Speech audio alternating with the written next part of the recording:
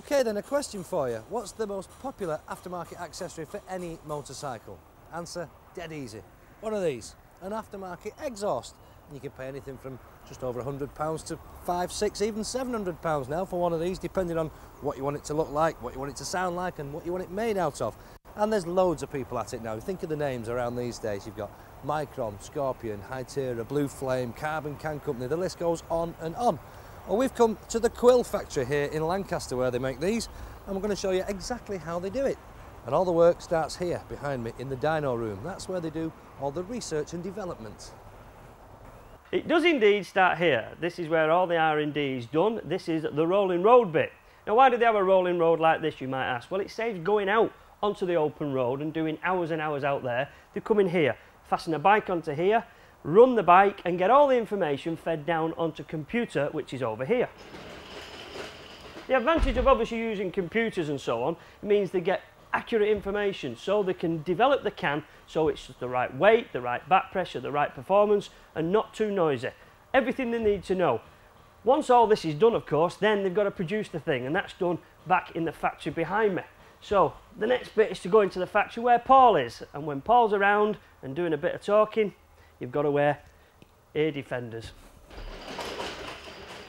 You know, he's such a cheeky little biker, that Wayne, he really is. But how on earth do we get to that, the finished product? Well, it's made out of metal, of course, so it's a tube, it's a metal tube like that. It's just like a kid's TV programme, this, isn't it? Except there's no sticky back plastic involved. So we need a tube. Well, it's metal. Starts off like that. A flat sheet of metal, which needs to be bent round, just like that, to form a tube. And just over there, there's a man doing just that. Oh, Spyforce, gonna go and catch him in the billabong. That was probably the worst Tommy Cooper impression I've ever seen. No, we won't go there. Right, so the guy's going to roll that piece of flat sheet into this, a form of tube. But it's not yet a tube, it's not stuck together here. And they don't use glue or anything as daft as that. No, they've got to weld it. But they've got to do a real neat weld. And you need a master to do so. And Andy behind us, who's actually the man behind the company, he's doing the welding at the moment. I've got my eye protection on, so, you know, I've got the right gear.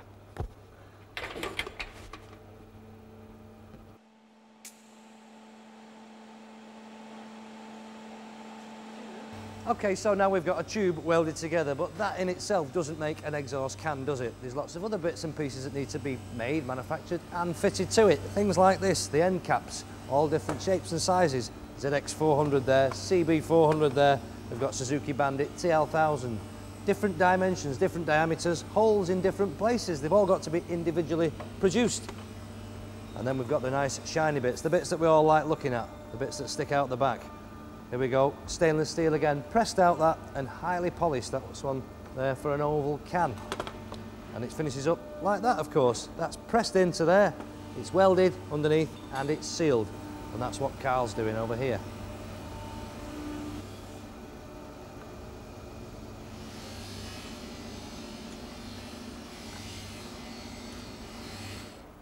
So, just to recap, we started life with that, a piece of metal.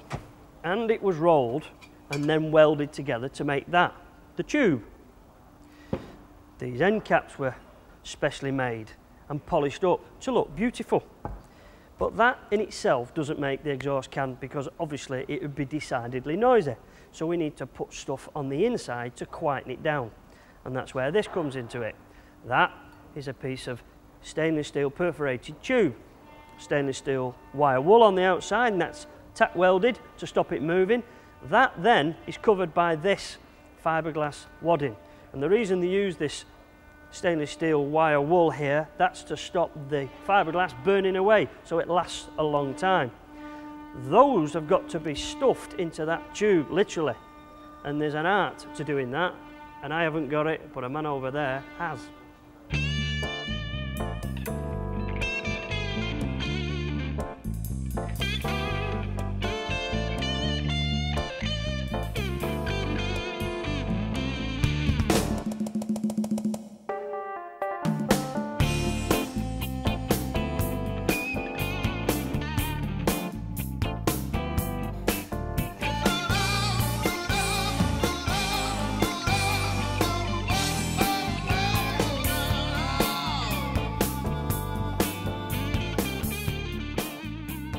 Well, I hope you realise now why we didn't let Wayne do that. It's quite an involved job, isn't it, packing one of these, putting it together, drilling the holes, riveting it and finishing up with a nice finished exhaust like that. This is actually a stainless steel one. It could easily have been carbon, it could have been titanium, multicoloured, whatever you like, really.